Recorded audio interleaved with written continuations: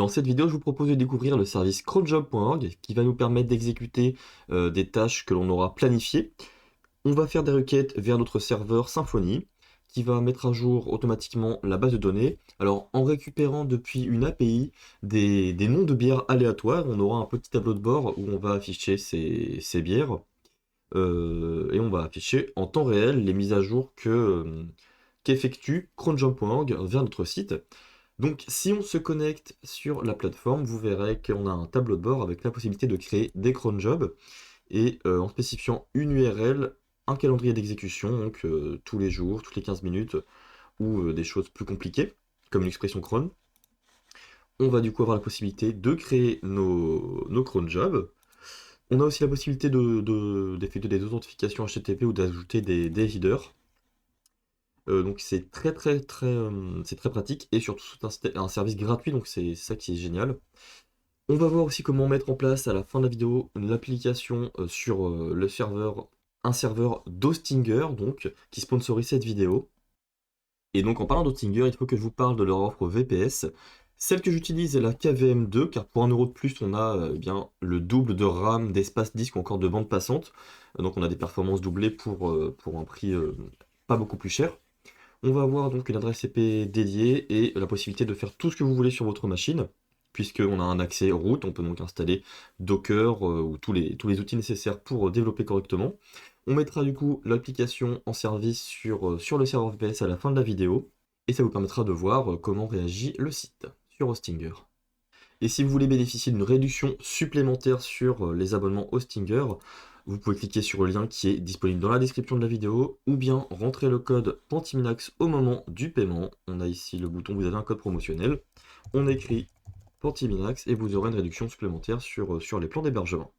Donc pour démarrer rapidement, je vous ai préparé un dépôt sur GitHub où on va pouvoir cloner ce dépôt et récupérer les bases d'un projet Symfony. Git clone, hop, on copie l'URL. On va du coup avoir le projet Symfony Live Component, voilà. Je vais ouvrir PHP Storm. Donc à l'intérieur, qu'est-ce qu'on a? On a un composer JSON qui est tout frais avec notamment UX Live Component pour avoir un dashboard en temps réel sans avoir à utiliser de JavaScript. Donc je vais ouvrir le projet que l'on vient de cloner. On va avoir quoi d'autre? Après, on va pas avoir grand chose d'autre. On va devoir créer notre entité BIR pour pouvoir la gérer correctement. Live Component. Hop. Ok. Alors, ce que l'on va pouvoir faire, c'est lancer la commande composer install pour installer tous les packages. Je vous ai préparé aussi un Dockerfile, donc je me suis inspiré de la documentation de FrankenPHP pour pouvoir le construire. On a tout simplement l'installation de tout ce qui est nécessaire à FrankenPHP, les différentes extensions PHP pour faire fonctionner Symfony. Et on a le fichier compose YAML qui est disponible du coup ici pour le serveur de production. On va pouvoir directement faire, c'est un fichier compose.override.yaml pour créer un volume au niveau de notre service PHP afin de pouvoir développer PHP volume tac ./2./app puisqu'on est on fait quoi qu'on va développer, on va laisser ça comme ça, mais on va développer avec le Symfony serveur, donc ça va, on va pas avoir besoin de ça. Alors, au niveau de... Oui, ça c'est terminé de mon côté. Je vais lancer le serveur Symfony. Hop. Ok. Il va falloir sûrement après que l'on ouvre le port de la base de données finalement. On va voir ce que ça donne. CD YouTube Symfony-live. Si je vais sur le lien de mon serveur, on arrive ici. Première chose que l'on va faire, c'est créer un nouveau contrôleur. Symfony console, on va faire les deux contrôleurs dont on va avoir besoin. Contrôleur dashboard et le contrôleur BIR juste là. Ce que l'on peut faire directement, c'est dans le contrôleur BIR. C'est la route qui va nous servir donc, à ajouter une bière de façon aléatoire. C'est ce que notre service cronjob appellera. Donc on va créer une route qui va s'appeler add_beer. On peut dire que c'est le nom, c'est la route add_beer. On utilisera la méthode post uniquement. Donc on rajoute méthode post juste ici. Et ce que l'on va retourner à la fin, c'est tout simplement un JSON avec l'information, pas beaucoup d'informations, mais juste success true si tout se passe bien. Voilà. Pour le moment, on laisse ça comme ça. Tac. On va allumer post.jtab pour après. Dans le dashboard controller, on va renommer la route dashboard. On va laisser le slash juste ici pour pouvoir faire un F5 et s'assurer que le dashboard ici, ça fonctionne bien. Dans le template dashboardindex.html.twig, on va supprimer tout ce qui a été développé là et créé. On va ici écrire tableau de bord. Parfait. Et on va supprimer le controller name ici. On est bon. On va lancer la commande Symfony console make2.entity pour voir si ça devrait fonctionner comme ceci. Et donc si on va sur notre API, hop, on remarque que l'entité beer donc, peut être composée du champ brand et name. Donc on va les récupérer. On veut une entité qui s'appelle beer, brand, voilà, yes, mince, 255. Est-ce que ce film peut être nul? Non. La bière aura forcément sa marque et le name. Et un autre champ, name. String 255 caractères. Ok. On va lancer la migration. On va voir s'il arrive à se connecter à la base de données comme ceci. Bah non, parce que j'ai pas lancé la base de données en fait. Compose up. Docker compose up database. Demandé. Alors, on a une migration. Ah mince. La migration effectivement ici. On va la supprimer. Vous l'aurez pas normalement vous. Make migration. Ok. Donc là, si on vérifie la migration, on a bien la table bière. Donc on utilise une base de données PostgreSQL. C'est pour ça qu'on a une séquence. Et on va lancer la migration. Ok. Donc c'est parfait. On a ici notre entité bière. On a notre beer controller, notre dashboard controller. Je vous ai dit qu'on avait installé le package UX Live Component. Donc on va utiliser les Live Components. Pour créer un component, on a du coup le dossier components ici. Il est configuré depuis le dossier config packages tweak component. Et vous voyez, le default namespace, il est là, app component. Ce que l'on fait, c'est que l'on crée un component. Alors là, on va créer un component global qui va être le dashboard. Il faut ajouter l'attribut au-dessus de la classe, as live component. Ici, ok. Ce que l'on va faire, c'est dire qu'on va ajouter un tableau de bière,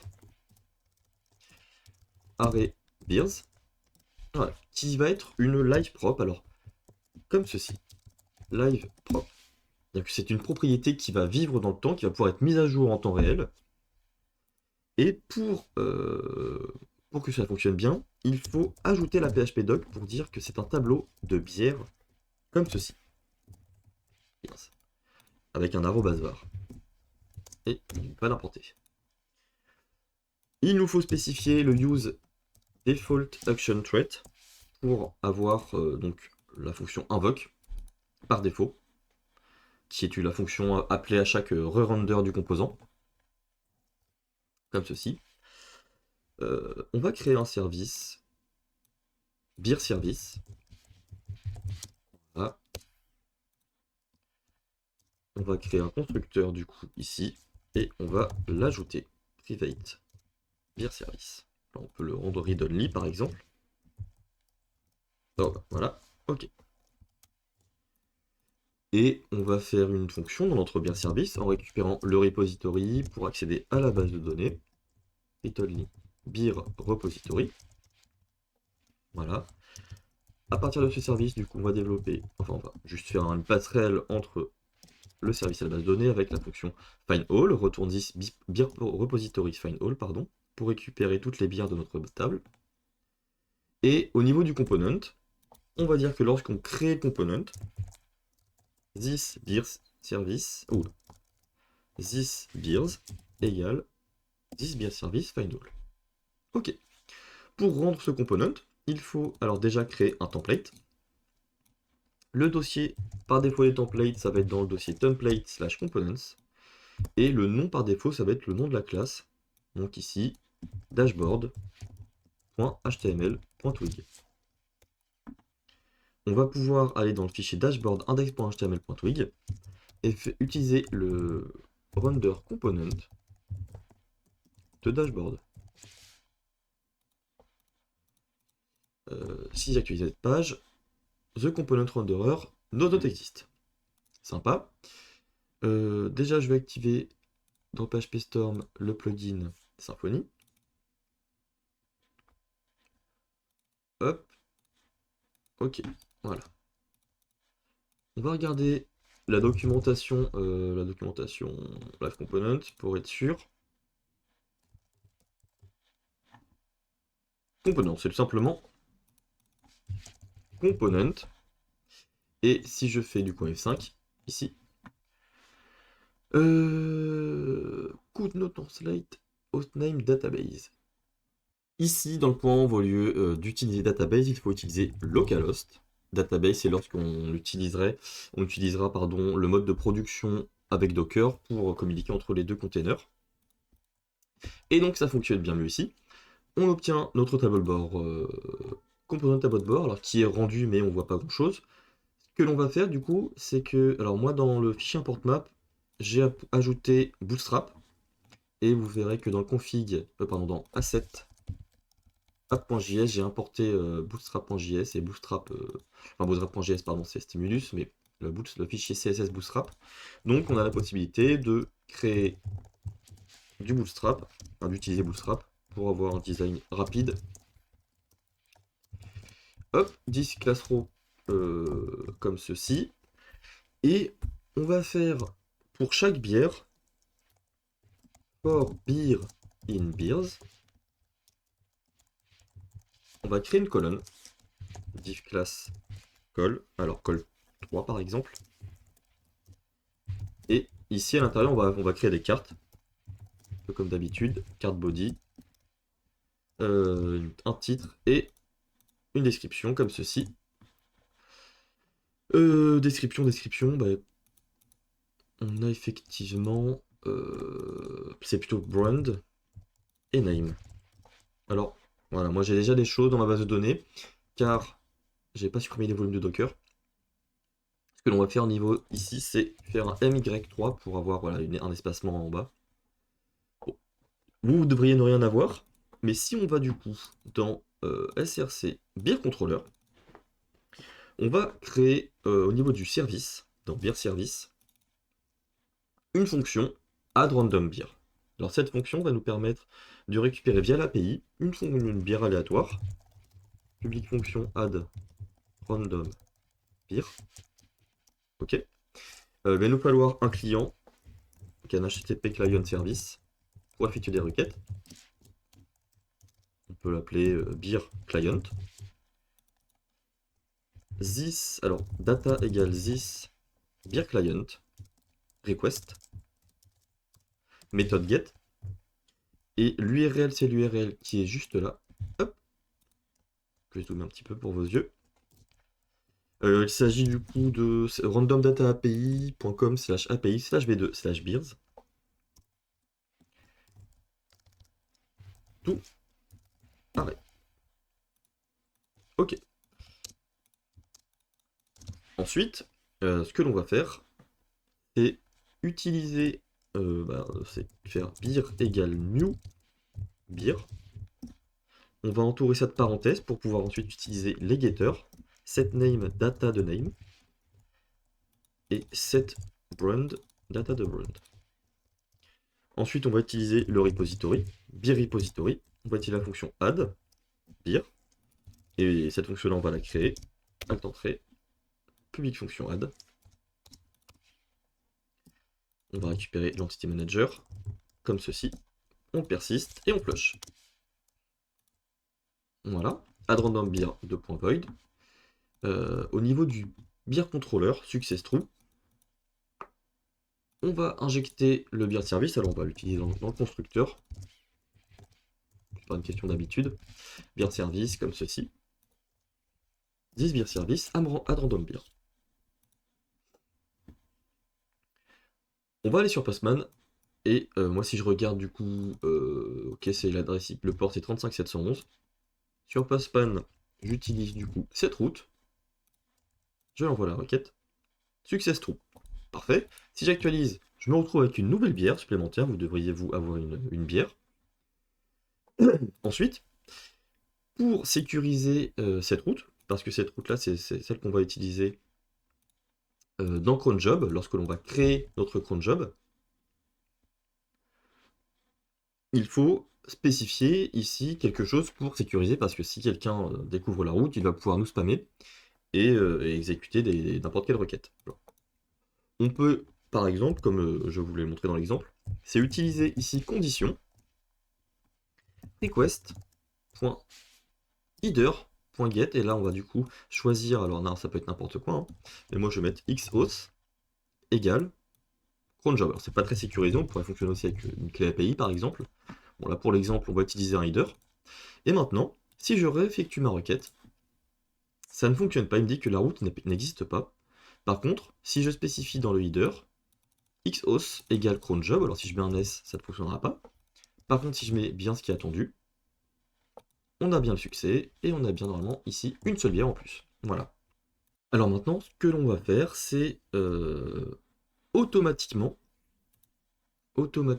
rafraîchir le dashboard. Donc si je vais dans mon component dashboard, on va pouvoir créer une fonction refresh, public fonction refresh, et ça va tout simplement être la même chose, de point void, et ça va être une live action. Voilà. Cette action peut être appelée du coup depuis notre twig, depuis notre component ici, grâce à data poll. Alors pour effectuer du polling, c'est-à-dire pour rafraîchir automatiquement, faire des requêtes automatiques de notre, faire un re-render de notre component, ou bien spécifier une fonction. Donc là, ce qu'il faut faire, parce que l'on va faire, c'est utiliser delay, entre parenthèses, 5000, pour rafraîchir toutes les 5 secondes. Et qu'est-ce qu'on appelle avec le pipe? La fonction refresh. Et donc, toutes les 5 secondes, on va faire appel à notre fonction refresh. Je vais actualiser la page, me rendre sur Postman. Alors, on va regarder la requête si elle s'effectue bien. Alors, c'est pas bien effectué parce qu'il va falloir sûrement compiler le JavaScript. Parce que j'ai l'impression qu'il y a un problème avec import map. Si vous avez Symfony, vous pouvez faire Symfony console import map de .compile. Asset map compile, pardon. Asset map compile. Ok. Et donc là, on devrait avoir du coup JavaScript qui devrait correctement se charger de live component.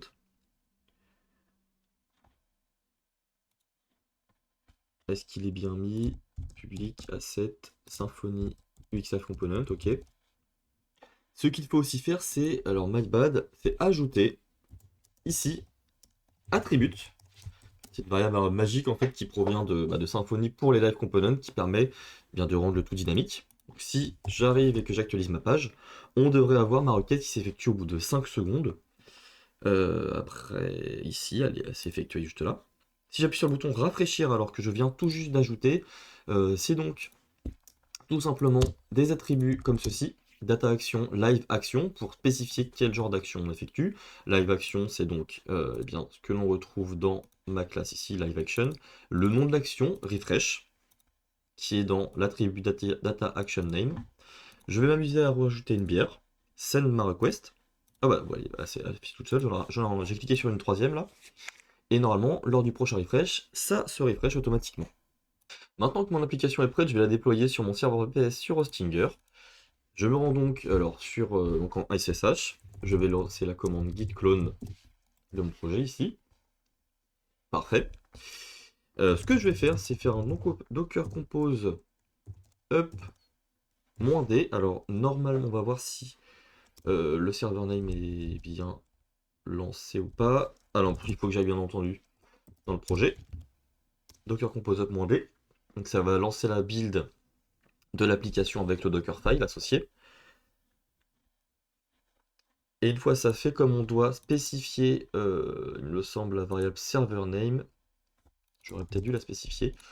pour bien relier mon nom de domaine à notre application.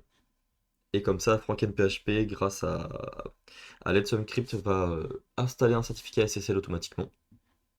Donc le build c'est terminé. Au final, pour correctement lancer mon serveur, j'ai dû mettre en place la variable ici server name égale le nom de mon domaine, puis la commande docker compose E pour que mon serveur s'exécute correctement, avec un certificat SSL. Donc là on se rend compte que forcément on n'a pas grand chose qui fonctionne. Alors, ok, il va falloir lancer la commande import map. Ça je vais l'enlever. Donc je rentre dans mon container. PHP bin slash console import map de point. Sûrement l'install. Là c'est install. Compile. Non, c'est assiette map toujours. Et une fois cela fait, on devrait avoir accès à nos dépendants JavaScript. Yes. Waouh. Ok. Donc c'est beaucoup mieux. Et le refresh s'effectue correctement.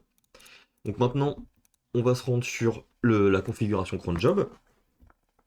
Bière aléatoire. Ce que l'on va récupérer du coup, c'est l'URL de mon site. /add beer. Donc nous, on va vouloir exécuter toutes les minutes pour le test.